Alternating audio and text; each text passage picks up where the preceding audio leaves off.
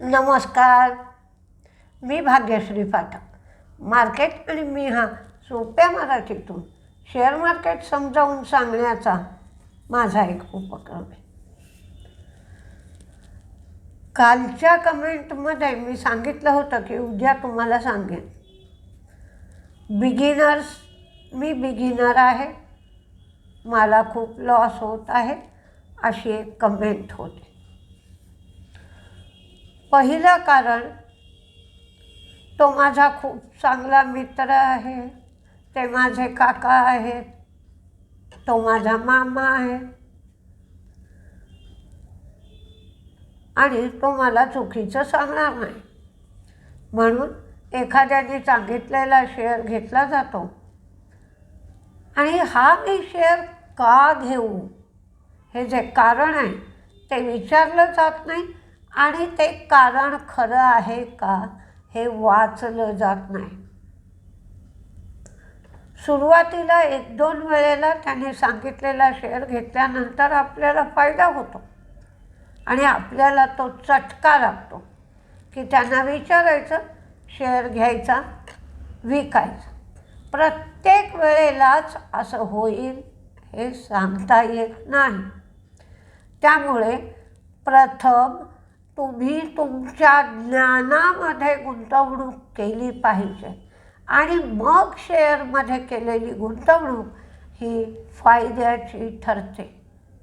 म्हणजे आपण त्याला म्हणूया इन्व्हेस्ट इन नॉलेज किंवा नॉलेज इन्व्हेस्टमेंट.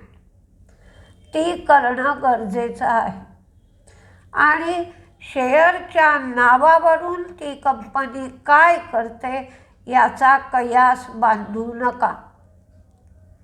कारण एखादी कंपनी काय करते हे माहीत असल्याशिवाय ज्या बातम्या रोज आम्ही सांगतो किंवा टी व्हीवर ब्रेकिंग न्यूज म्हणून फ्लॅश होतात, त्या बातम्यांचा कोणत्या शेअरवर परिणाम होईल हे कळणार नाही आणि ती कंपनी ज्या ज्या प्रकारचं काम करते आहे त्या कामामध्ये त्या बातमीचा किती टक्के परिणाम होईल, कंपनीचे अर्निंग किती वाढतील हेही कळणार नाही. म्हणून तुम्ही ती कंपनी काय करते हे पण बघा. आता आजचंच उदाहरण घ्यायचं झालं तर अंबुजा, ACC आणि ओरॅकल यांचा सगळ्यांचं सिमेंट जे आहे त्या तिन्ही सिमेंटचं मर्जर व्हायचं आहे. मग ही मर्जर प्रोसिजर कशी असते, त्याचा कोणाला फायदा होईल, मग त्याला CCIची मंजुरी का लागते, NCLTची मंजुरी का लागते, त्याला इतका वेळ का लागतो मर्जर व्हायला आणि मर्जर हे फायद्याचं आहे का, मर्जरचा काय परिणाम होणार आहे. तर या जर सगळ्या गोष्टी तुम्ही विचारात घेतल्यात तरच फायदा होईल, नाहीतर प्रत्येक गोष्टीचा फायदा होईल असं मात्र नाही. त्यामुळे प्रथम स्वतः अभ्यास करायला शिका. वहीवर लिहून करा. टी व्हीवर तुम्ही ऐकलं तो शेअर एवढ्या रुपयाला आहे असा सांगितला आहे, 4 महिन्याने त्याचा भाव इतका होईल असं सांगितलं आहे. तर बघा, रोज तुम्ही जेव्हा ऐकता ते ऐकल्यानंतर की मला हा शेअर घ्यावासा वाटला तर वहीमध्ये लिहा आणि मग 2 महिन्याने तो शेअर किती वाढला, का वाढला की नाही, की मी महाग घेतला, या सगळ्या गोष्टी तुमच्या लक्षात येतील. अगदी बायकांच्या दृष्टीने सांगायचं झालं तर एकदम तुम्ही स्वयंपाकाला उभं राहिलात तर तारंबळ उडते. तसं लोक एकदम शेअर मार्केटमध्ये व्यवहार सुरू करतात कोणतीही तयारी न करता. तर ही तयारी करून जर तुम्ही मार्केट करायला सुरुवात केलं तर कधीच नुकसान येणार नाही. आता काल काय काय झालं तर मुळात क्रूड वाढला आहे, 62ला गेला आहे. साधारण 59च्या लेवलला क्रूड होता. बॉन्ड यील्ड 4.16 आहे. 100च्या खालीच डॉलर इंडेक्स आहे 98-28 आणि क्रूड 62 आहे. मी सांगितलं 100च्या खाली जिथपर्यंत डॉलर इंडेक्स आहे तिथपर्यंत मेटलचे शेअर चालतील. म्हणजे जितका डॉलर वीक होईल तेवढा मेटलला सपोर्ट मिळतो. काल अमेरिकेमध्ये टेस्लाचा शेअर, मायक्रॉन म्हणजे AIचे शेअर वाढले. फॉरेन इन्व्हेस्टर्सची विक्री आहे 457 कोटीची, तर डोमेस्टिक इन्व्हेस्टर्सची खरेदी आहे 4058 कोटीची. न्यूझीलंड बरोबर फ्री ट्रेड ॲग्रीमेंट झालं आहे काल. म्हणजे आपण बोललो होतो की एस्कॉट्सला याचा फायदा होईल, तसा काल एस्कॉट्स वाढत गेला. म्हणजे 3075पर्यंत 30-35 रुपये पडला होता आणि त्याच्यानंतर 4033पर्यंत काय 3975, मी 3000 म्हटलं. पण जसं जसं 2 वाजल्यापासून या फ्री ट्रेड ॲग्रीमेंटच्या बातम्या येऊ लागल्या तशी एस्कॉट्समध्ये तेजी आली. न्यूझीलंडकडून जी आयात भारतात होईल त्या गोष्टींवर किंवा भारतातून ज्या गोष्टी न्यूझीलंडमध्ये निर्यात होतील त्याच्यावर ड्युटी लागणार नाही. जवळजवळ 95% ड्युटी माफ होईल. किवी, ॲपल याला भारतात ड्युटी लागणार नाही. आणि शिवाय न्यूझीलंड 2000 कोटींची गुंतवणूक भारतात करणार आहे.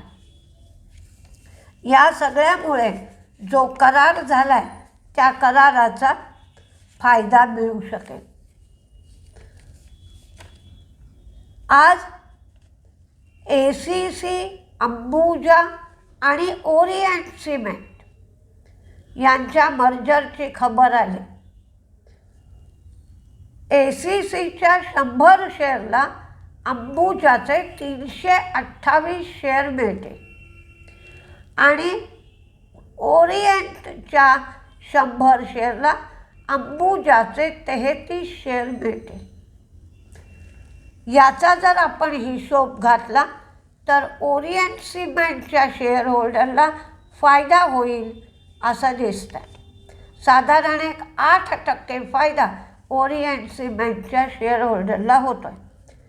आणि अंबुजाचं जे व्हॅल्युएशन आहे ते त्यांनी 600 रुपयाच्या पुढचं धरलेलं आहे. आणि या सगळ्या मर्जरनंतर सिमेंट कपॅसिटी चांगल्या प्रमाणात वाढेल असं व्यवस्थापनाने सांगितलं आहे. HCL टेक या कंपनीची सबसिडियरी HCL सॉफ्टवेअर ही वॉबी ही बेल्जियम बेस्ड स्टार्टअप कंपनी घेण्याच्या विचारात आहे. सांघी मूव्हर्स कंपनीची सबसिडियरी सन ग्रीन फ्युचर रिन्युएबल्स हिला 428 कोटीच्या ऑर्डर मिळाल्या. बर्जर पेंटच्या प्रमोटर ग्रुपपैकी असलेल्या UK पेंट्स प्रायव्हेट लिमिटेड ही 14.48% स्टेक घेणार आहे. प्रेस्टिज इस्टेट हे चेन्नईमध्ये मेडावक्कम इथे 25 एकर त्यांनी लँड पार्सल घेतलं आहे. तिथे 5 मिलियन स्क्वेअर फीट डेव्हलपमेंट करता येईल आणि 5000 कोटी रेव्हेन्यूची अपेक्षा आहे. वेल्स्पन कॉर्पनी वेल्स्पन स्पेशालिटी सोल्युशनमध्ये 4.11% स्टेक 109 कोटीला घेतला. GPT इन्फ्रा NHAIच्या रोड प्रोजेक्टमध्ये ते लोएस्ट बिडर ठरले. 670 कोटीचा रोड प्रोजेक्ट आहे.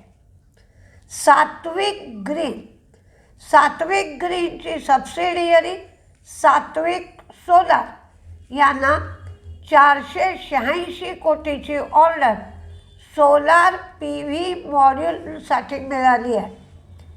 अँटनी वेस्ट हँडलिंगची subsidiary Antony Lara enviro solution यांना 330 कोटीचं कॉन्ट्रॅक्ट ठाणे म्युन्सिपाल्टीकडून मिळालं. मान इंडस्ट्रीचं जे इन्स्पेक्शन चाललं होतं ते इन्स्पेक्शन संपलं. सिप्लाने डायबिटीजसाठी एक पावडर लॉन्च केली आहे. कंपनीने ग्रो लाईफ हे web base emergency trading portal launch केलं आहे. HFCL हे QIP करणारे 65.84 ही QIPची फ्लोअर प्राईस आहे. सुप्रीम पेट्रो महाराष्ट्रातील प्लांटमधलं काम त्यांनी काही प्रॉब्लेम आला आहे म्हणून थांबवलं आहे. UPLचा आर्म अडवांटा होल्डिंग व्हिएतनाम यांनी हायब्रिड सीडमध्ये 100% स्टेक $2,000 घेणार असं सांगितलं. बँको प्रॉडक्ट्सचा आर्म NRF होल्डिंग यांनी 11,465 स्क्वेअर फूटचं इटली इथे वेअरहाऊस उघडलं आहे. पेटीएमने इंडोनेशिया आणि लक्झेंबर्ग इथे अरब पेमेंटसाठी एक आर्म सुरू केलं आहे. सिगाची प्रमोटरनी 2.3% स्टेक विकला आहे. LIC हाऊसिंग 7.15% लोनचा रेट LIC हाऊसिंग चार्ज करणार आहे. स्टॅनले लाईफस्टाईल हिलकर प्रॉडक्टला मॅन्युफॅक्चरिंग आणि डिस्ट्रीब्युशन लायसन्स देण्याचा करार ते करतायत आणि त्याची रॉयल्टी त्यांनी ठरवली आहे आणि त्या रॉयल्टीनुसार त्यांचे प्रॉडक्ट्सचं मॅन्युफॅक्चरिंग आणि डिस्ट्रीब्युशन केलं जाणार आहे. आता कुठले शेअर तेजीत मंदीत राहतील हे आपण बघूया. भारत कुकिंग कोलचा IPO येतोय. ही पण सरकारी कंपनी आहे, त्यामुळे कोल इंडियाकडे लक्ष दिलं पाहिजे. तेजीतले शेअर सांगते हंडाय किंवा Hyundai, Ajanta pharma, GPT infra, Ambuja cement, Orient cement, Shriram finance, CCL product, Nykaa, Hindalco, Granule, अकुब्स, IRCTC, Pine Lab, Canara HSBC, Prestige, Paytm, solar industry, NMDC, Antony waste, Dilip Buildcon, Dilip बिल्डकॉनमध्ये कालही चांगली तेजी होती कारण प्रमोटरनी शेअर खरेदी केलेत.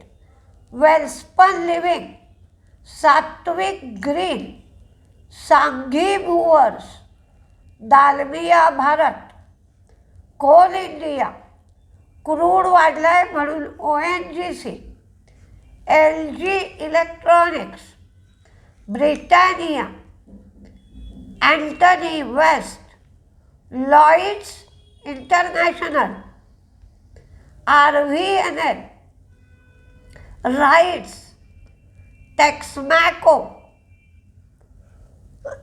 NHPC ते सुबनसिरी हा प्रोजेक्ट त्यांनी सुरू केला आहे म्हणून NHPC, Hindustan copper, persistent, tech Mahindra, new India assurance आणि बरेच दिवसात ग्रॅफाईट इंडिया, आशापुरा माईन कॅम्प याच्यामध्ये तेजी आलेली नाही आहे. तर वेदांतामध्ये तेजी आहे. तर आशापुरा माईन कॅम्प, मॉईल या सगळ्या ज्या मेटलच्या संबंधातल्या कंपन्या आहेत त्यांच्याकडे लक्ष देणं गरजेचं आहे. पण मी पुन्हा सांगते आहे, बिगिनर जे आहेत त्यांची धारणा अशी आहे की मार्केटमध्ये नुसतं बसून पैसा मिळतो, काहीही करावं लागत नाही. मार्केट म्हणजे शेअर घ्यायचा आणि विकायचा. त्यांच्या डोक्यात 500 रुपये फायदा होईल असं फक्त एकच बाजू असते.